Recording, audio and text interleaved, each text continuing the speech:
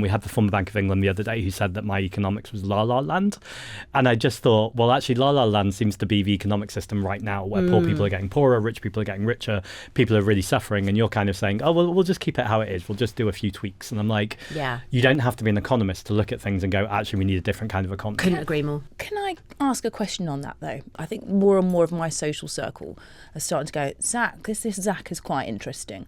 And I've got one of my mums in the NCT group who is going, I really like him, but I am worried about, say he comes into power and he goes and does this big old spending spree, which is great. We know long-term investment into infrastructure is wonderful.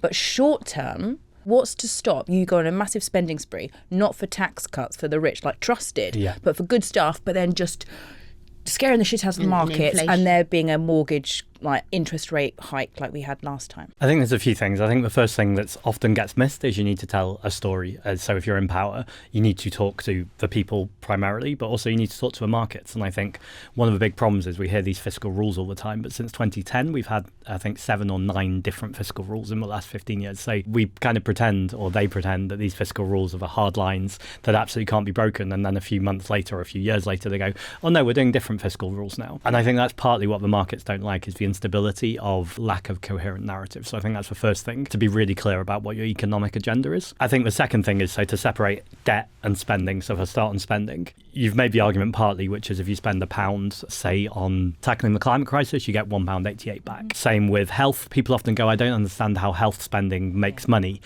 But it's about the cost of inaction. So if you don't spend money on the health service, you get what we get now, which is people with long-term health conditions, people missing jobs, people missing work. Really bad for productivity, really bad for the economy. You get £4 back per pound in health spending. Oh, I didn't know that was a figure. There we go. That's an example of where I didn't know something. If you tune into the Trawl, you'll get more nuggets like that on the Trawl podcast. Nice, I love it. Plug.